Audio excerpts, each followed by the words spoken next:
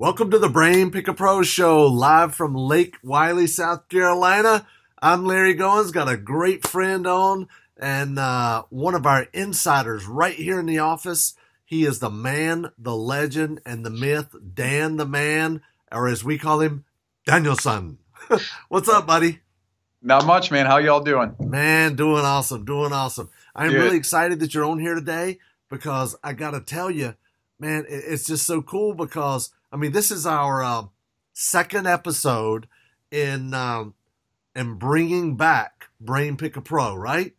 Yep. So I'm really excited because we started with Nathan, our head coach, and I wanted to bring you in, our number one sales guy. Well, really our only sales guy, right? Yeah, that's right. But I wanted to bring you on because you are an insider. You're in here in the office, and you're selling all of our properties. I mean, all of our properties. We got about 12 deals on the board right now, and we're growing and doing more. And you're always being innovative and learning new ways to market, learning new ways to sell properties, and bring in buyers, build our buyers list, and convert those buyers. So I'm really excited that you're here. Now, first off, Dan, start out and tell our listeners a little bit about who is Dan. Okay. I've been doing sales for years. I've also done a lot of project management. On the side of sales, I've, flipped deals. I mean, my first house that I bought, actually, I did a lot of the work myself. It was kind of a self-rehab. And I've just always been a visionary. I taught myself everything I need to know, and things have been really profitable for me. I've spent time overseas. I'm an Army veteran, so I served in the U.S. Army, and I also served as a missionary overseas in East Africa for a little over 3 years. And originally from up north in New England, and now I'm down here in the Carolinas, and I love what I'm doing. I'm learning a lot, and it's challenging, but it's awesome. And I feel like I have found my match in a way. I really feel like where I'm at right now, I'm in the perfect position for where I want to be in the future. And I'm growing and I'm learning, and there's a lot of room for more growth and a lot of room for me to get better at what I'm doing to improve the things that are already in place around me, and I'm really excited about it. That is awesome, man. That's awesome. So, and also, I mean, you're married, got kids, right? Yep, I sure am. Yeah, sorry, I forgot to mention that. So I've been married for 15 years.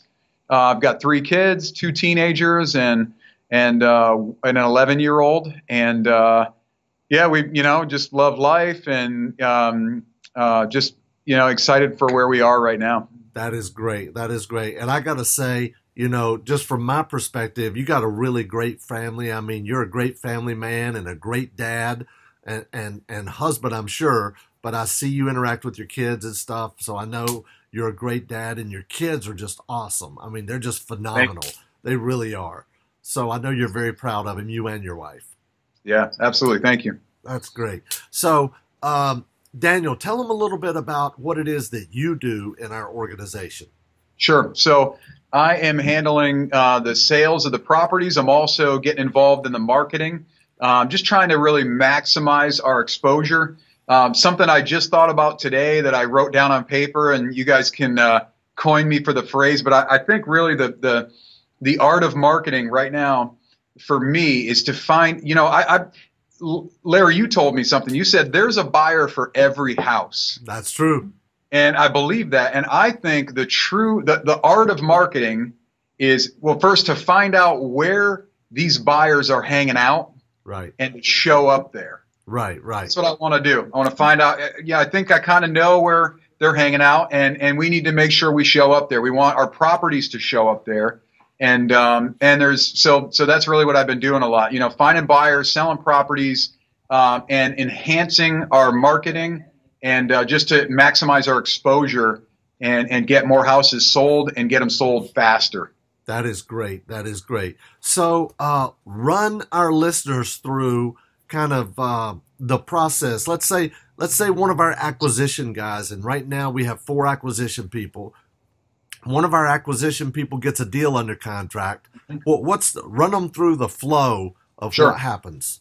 So what we want to do as quickly as possible is we want to preview the property, get out there, take a look at it, walk through it, take photographs, kind of get familiar with the product, get educated with it so that we are in a position to educate our buyers.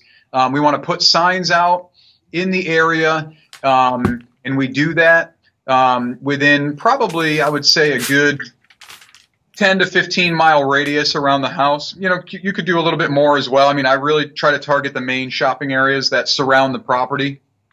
And we want to, after that, we want to do some digital marketing as well. We want to get it on our website. We'll put it on Craigslist. We're doing some stuff. We're doing stuff on Facebook now, and we want to start creating lead generation. We want to get buyer leads coming in on the property, so that we can ideally line up our buyer and try to do as close to a same day close as possible on the property. So. Real estate day trading. Yeah, and as soon as those leads start coming in, it's at that point for me. It's I'm hunting for my buyer. I'm hunting for the one. I'm separating the suspects from the prospects, and getting the deal sold and helping people out, and trying to grow the company and be successful. That is awesome. That's great. So Dan, You go out there when we get a property under contract. You go out there because you want to see the product. You want to see, what is it I have to sell here, right? Mm-hmm. So you can tell people, I've been to the house, I've walked the house, I've been in the neighborhood, I've been around the house, I've looked under the house, all that good stuff, right? Yep, and does that really help you to be able to sell the house? I think so. Could I do it without that? Absolutely, yes. But if you can speak with something with some authority, then that certainly helps, Right. Good. That's great. So now you also put out about 25 or 30 signs all around the house. Tell us about how that works. Yeah, sure. That is really the grassroots marketing of the property. And sometimes we do have houses that are in a slower town, which is completely fine, as long as my rule of thumb is, try to be at least 20 minutes, or I'm sorry, ideally around 20 minutes, ideally not too much more than 20 minutes from the nearest major shopping area. So when we're looking at a property, we're analyzing a property, I'll look at, okay, where's the nearest Lowe's or Home Depot or Walmart? And I want to make sure we're ideally within around 20 minutes. You could work with a property that's more than that, but that's ideal. So we're gonna put signs in the town of the house. But if it's a slower town, I'm not afraid to put more of my signs outside of that town, actually, and put them where my buyers are going to be. If I'm selling a fix and flip to an investor, then ideally I want to put signs where that investor is going to be hanging out. I'll put them around the Lowe's, the Home Depots. I'll put them, near the major intersections. The big gas stations, Chick-fil-A, Starbucks, whatever. I want to make sure I get signs where the target buyer is going to be, and we'll put them out. We'll put 25 signs out for a house. Now, and guys, these signs are very simple. They're yellow signs with a red foreclosure arrow, has an arrow pointing one way, right? And it just says foreclosure, and Dan will handwrite the price in, right? That's right. And sometimes even write in cash, right? So most of our buyers are going to be cash buyers, all right? And so tell us about when the calls come in. By the way, the calls come in and they're routed and go right into Podio. That's the way we have our system set up. And then when the lead goes into Podio, Dan gets a notification that you have a new lead. So then you call the lead, and what happens from there? So from there, when you get the buyer lead created, we call them. If there's a voicemail, we'll listen to the voicemail. We'll get them on the phone and just try to find out where they're at. Ideally, you want to go to have some kind of a conversational flow where you can try to qualify your buyer lead and find out is it really a solid buyer lead or not. And it is, of course. If it is, of course, then you want to move right into the next steps. You want to get them to look at the property if they're local and they can do that, and you want to be able to go ahead and get some paperwork sent to them so that they can buy the house from you. That's great. That's great. Now, tell our listeners a little bit about, I know you have, once you kind of separate the suspects from the prospects, you have a little short pitch you go through about, why they should do business with us. Let me tell you a little bit about who we are. We're professional negotiators, deep discount. Tell them a little bit about what you say there so our listeners will understand kind of how you create scarcity and a sense of urgency. Right. So what we want to do is we want to qualify ourselves as well to them and let them know what kind of opportunity is really before them, because there's a lot of different properties out there for sale for a number of different reasons. And there's a lot of them that as a buyer, personally, I would not want to touch. So we want to let them know. And I tell them that we are professional negotiators. We're making hundreds of offers on properties every week. And we're specifically looking for that one gem of a property that we can get under contract and be able to sell it to our buyer at a deep discount. And I will explain to them that, some of our buyers are fix and flip investors. They're buying from us because they're getting it at such a deep discount. They can go ahead and do some repairs on the house and sell it at a top of the market condition and make a good spread, a good profit on it. Other buyers that we have are looking for buy and hold rental properties, and some are just homeowner occupants that want to get a house and get it for pennies on the dollar that they can then put some sweat equity into it and have a solid investment in their lives that they're going to have huge equity on because they bought it from us at a wholesale price. And so I'll explain that to them, and then I'll ask them basically to tell me, so, what kind of buyer are you? And I'll be able to know from there really how I can best serve them and what type of transaction and process that's going to help them to secure the property and be able to be a successful deal. That's great. And I love that you tell them we're professional negotiators. We make hundreds and hundreds of offers at deep, deep discounts.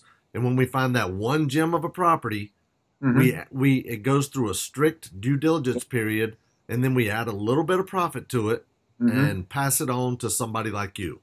That's right. I love that. I love that. And we have properties at prices that are not available to the public.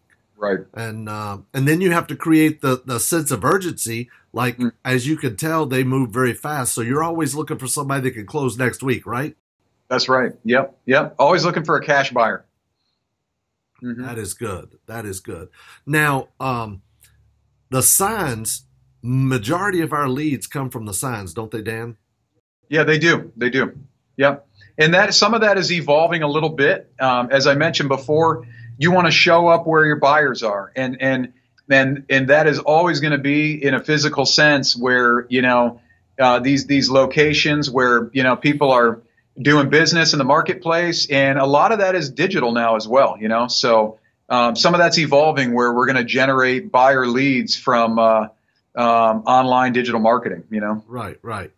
That's very important. That's very important. And now, in the past, we had mainly been doing bandit signs, Craigslist, put it on our website, and we get a lot of traffic on our website just because they're great websites, right? But but you recently started experimenting with Facebook ads. Tell our listeners a little bit about what you did and the results you got, and then what they can do to emulate that. Yeah, so what I did was, the first property I put up there for sale on Facebook, I actually picked probably my least desirable or least attractive property. And within 48 hours, I had generated 50 buyer leads on that property, which was better than what I expected. Yeah. So what I found out there was, this is what led me into that, is this is a platform that we can get in front of people. We can get in front of buyers. And so we want to maximize our exposure and show up where our buyers are. And there's no once there's no single and only place to do that. It's all about, doing it everywhere, having kind of a spider web of different different marketing channels that you're reaching buyers at. Right. That's good. Yeah. So how did you run this ad? Is it did you have to pay for it or what? And tell them how you did that and kind of what you did in the ad to generate, 50 leads in a 24-hour period. Yeah. What I did to get those results was I simply listed in the properties for sale category of the Facebook marketplace. And so any of the buyers that are out there are searching for properties for sale, and by default, it's going to show them anything within a 40-mile radius of where they're located. And so I listed that property and obviously information about it, but I kept it, a little bit more brief. Facebook allows you to put up to 10 photos. So I put, 10 of what I thought were the best and most appropriate photos on there. And that was simply it. You can take it a step further and do some paid ads, which are very inexpensive and extremely targeted. And so I would strongly recommend that, because for the cost of what those ads are, I think the benefits are huge. Right. And I know you really just started this. Mm-hmm. You got 50 leads. Yep. And how many showings did you get off of those leads so far? I know you're still really kind of going through them, but how many showings so far did you get off of it? I immediately, within 24 hours, I had 3 different cash buyers that went to see the house. Wow. Which was significant. That's huge. 3 cash buyers. Yep. Mm-hmm. All from a Facebook free ad at Facebook Marketplace. Yep, who literally went out, saw the property, and we were in negotiations with them immediately. Man, I love it. I love it. That is great. That is great. That's awesome. You do a great job. Job. Thanks. I appreciate it. In fact, I know you've told me, because I recently put my Harley up for sale. Okay, and you said, hey, Larry, you want me to sell it for you? I know how to write an ad to sell something. Yeah. That is awesome. That's good. So what else are we doing to market the properties or get them out there to generate interest? Mm-hmm. So another, I think as you build a buyer's list, I think doing an Eblast is a great way to get the word out, because you're showing up on people's radar screen. They're people who have either opted in or you've connected with in one way or another, and you've established some kind of a relationship or connection with. So we'll e-blast a property. Of course, it's on our website. There's people sending out just a simply monthly or bi-weekly email about new properties listed or any other kind of content you want to put there. Right. We'll get exposure for properties that you have. Craigslist, as you mentioned, we're using. I think occasionally we have done flyers, like print flyers that if you're connected to a real estate investment group and you want to be a place where you can put flyers for the property, I think that's also a good way to do it. And we're just expanding. We're looking at new ways that we can market. Again, we want to show up where buyers are and get our product before them. So, and for those of you who want to see our properties and see exactly what we're doing, the website that we sell our wholesale properties on is investorsrehab.com. Investorsrehab.com. Now, when we're doing lease option properties or land contract properties, seller financing properties, those properties go at neighborhoodhousinggroup.org. That's neighborhoodhousinggroup.org. And that's where you'll find those properties. But the wholesale properties, which is primarily what we're doing most of right now, unless it's like in a retirement account, you're going to find those at investorsrehab.com. And Dan, what would you say the majority of our type of properties are as far as the type of property? Are they fix and flips? Are they rentals or what? I would say they are. They primarily are fix and flip. Of course, every property has the potential to be a rental property as well. I think when you're getting into the really high square footage, you got to be a little bit careful because you're starting to narrow it down a little bit because Right. a passive investor who wants to buy and hold a property doesn't want a huge house because it's more maintenance. So they're going to stay away from that. So we're doing Right. primarily single family homes. I would say, between 1,000 and 2,000 square feet. Right. And what kind of price range have you noticed that sells faster or has more trouble selling, or, is a rental property versus a fix and flip or whatever? I would say that whenever we're selling a property that is between, let's say between $25,000 to $100,000, the spread for that investor who's going to buy that property, I mean, he's planning on and he's got the potential to make, I would say, $20,000 to $40,000 profit spread on that house. And so, and then when we're selling properties, we're also selling, but we're selling less that are between 100 to 200,000. But those properties that we're selling above 100,000, our buyers are able to make between $40,000 to $80,000 spread on those properties. Right, right. And the majority of what we're selling, though, I mean, we're selling between, let's say between 30 to 50,000, between 39 to 49,000. We're selling a lot of properties at that price. And just to point out to everybody, I know many of you have heard me say this before. When you're wholesaling, you can sell a house that you're trying to sell for 50,000 or less a lot faster than you're trying to sell a house for, say, 150,000. Because there's a lot more people out there, whether it's a fix and flip buyer, a landlord, or even a local person that just wants to buy a house with some equity to fix it up and move in it. There's a lot more of those people that have 50 grand than have 150 grand sitting in the bank, right? That's true. Yep. Is that what you've noticed as well?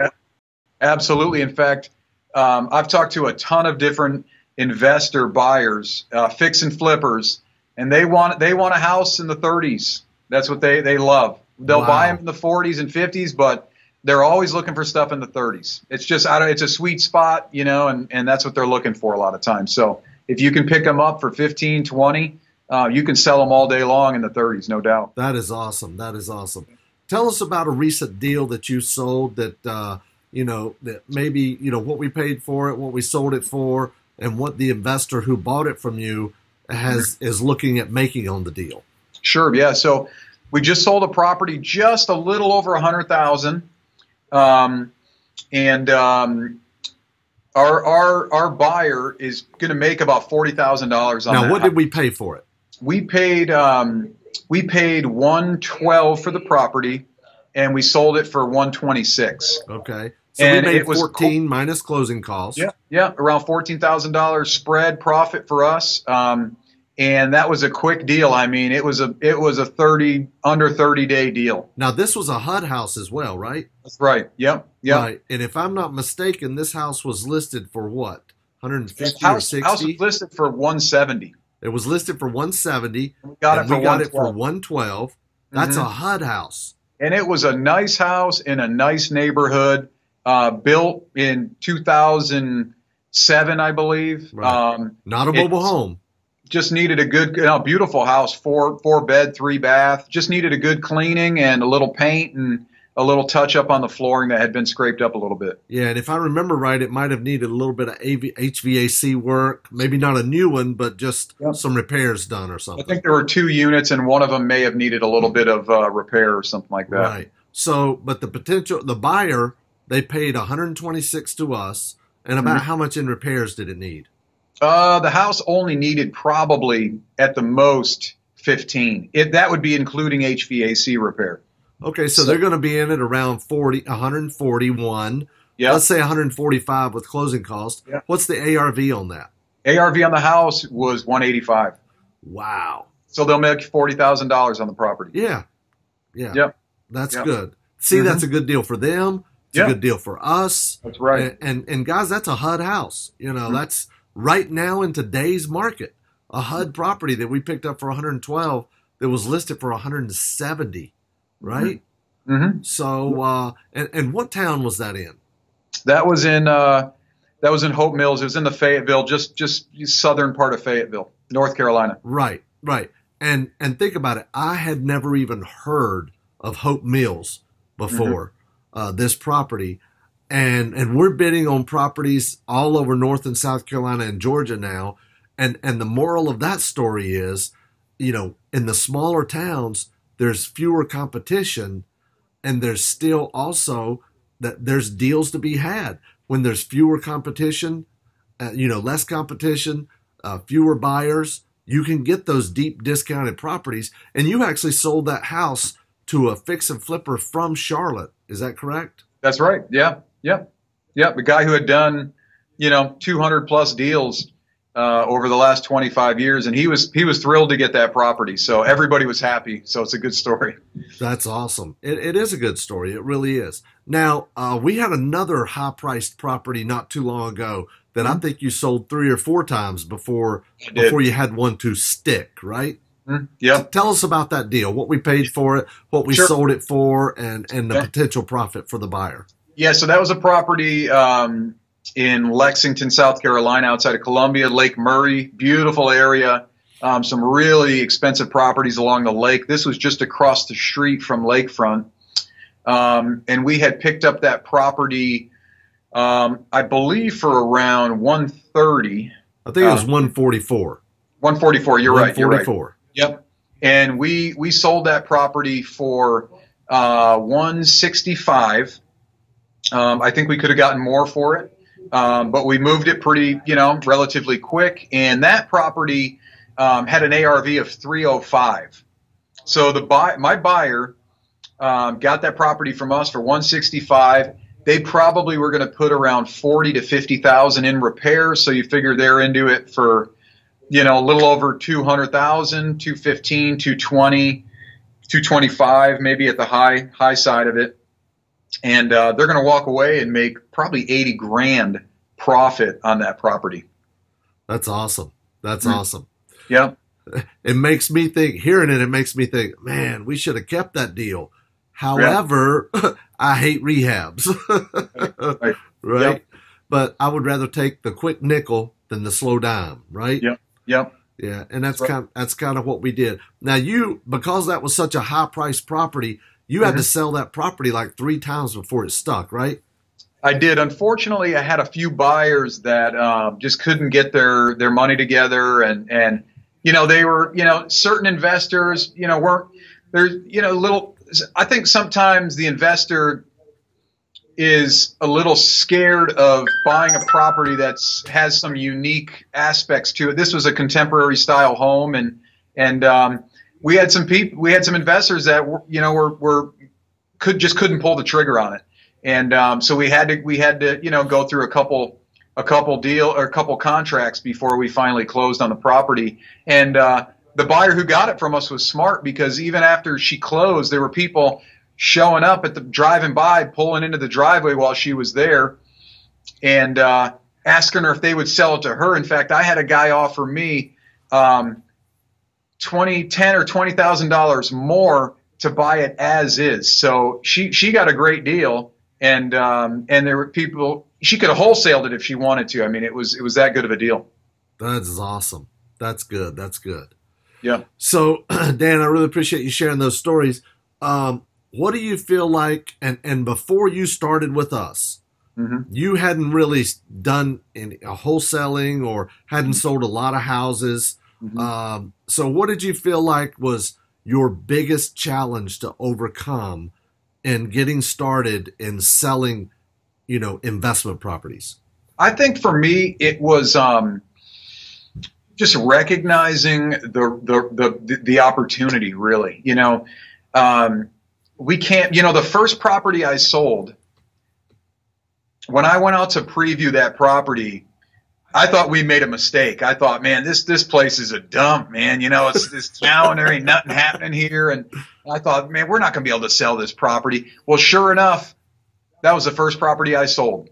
And I had other properties at the same time, which were better. And what I realized is that, well, like I said, there's a buyer for every house, and it only takes one. You only need one. And I think I just had to just begin to see the opportunity. Of course, become efficient with, responding to leads, to improve our marketing, to find those buyers that are out there, because they're out there. There's no question about it. And we got to be effective and efficient at finding them and presenting the opportunity. That's awesome. You know, I remember after you started, about 2 weeks into it, you know, you and I were leaving the office one day, and you pulled me off to the side and you said, Larry, I don't know. I'm just really concerned about the product, right? and we had a long conversation about that. Tell our listeners about that. Yeah, you know, I just I think I really had to learn the market and understand just the profit that is there on these properties, and seeing it from the buyer's perspective, you know, seeing it from the fix and flippers perspective, and the landlord's perspective, and maybe just get over myself. You know, sometimes you got to remove yourself from a situation to get a right perspective on it. And I think that's what I, did. And that helped me. Yeah. Because I remember, when we had that conversation, you were like, Larry, I just don't know about this product. I mean, these houses are in bad shape. They need work. It's out in a small town. Nobody's going to want to live here. Yeah. Specifically, I remember there was one day that I had a lead that I was following up with, and you took the call for me, actually. And I saw you sell a house without even talking about the house. And for me, there was a mental shift in my mind. And I realized at that point, this is about numbers. It's about dollars and cents. It's about the ARV of the house and what it's worth when it's at the top of the market after the repairs are done. And it's about the numbers. And when I realized that, the property didn't matter as much. I mean, of course, the property matters, but It's about the numbers of the property. Everything else is secondary, really. And that was transformational for me, really. That's awesome. That is good. Yep. Well, you're doing a phenomenal job. I'm really proud to be working with you. I'm really excited that you are a part of our team, and I just can't wait to see what the next 1, 3, 5 years hold for both of us. I'm really excited to be working with you, and I know we're both going to set the woods on fire. That's right. Dan, if somebody wants to reach out to you to buy a house from you, remember, Dan is on commission, okay? So don't be calling him to ask him coaching questions, okay? That's what I'm for. But if you want to buy a house from Dan, Dan, how would somebody reach you that would be interested in taking a look at some of the properties and buying a house? Yeah, you can call my number. I can give you that number now. Sure. And you can also email me. My email is really simple. It's daniel@investorsrehab.com. And that's probably the best way. Shoot me an email, and I'll get back to you quickly. And we can get on the phone and discuss, what we can do to help each other out. Awesome. That sounds really good. So, Dan, thank you so much for being on. I really do appreciate it. Man, it's just been a wealth of information. I hope everybody got a lot out of it. I'm sure they did. And I just really appreciate you taking the time from being on the phone and selling some houses to spend some time with me and share with our students and our listeners a little bit about what it's like to wholesale properties and be on the phone selling properties all day long. Because you don't leave the office and show a property, do you? No, I don't. No, you go look at it one time, right? Yeah, that's right. Yeah. At the beginning, to take a bunch of pictures and look at it, and then you sell them over the phone, right? Right. Yeah. That's awesome. Yeah. Well, Dan, thank you so much. I really do appreciate it. And I appreciate everybody for listening, and we'll see you on the next episode. Thanks a lot. Take care.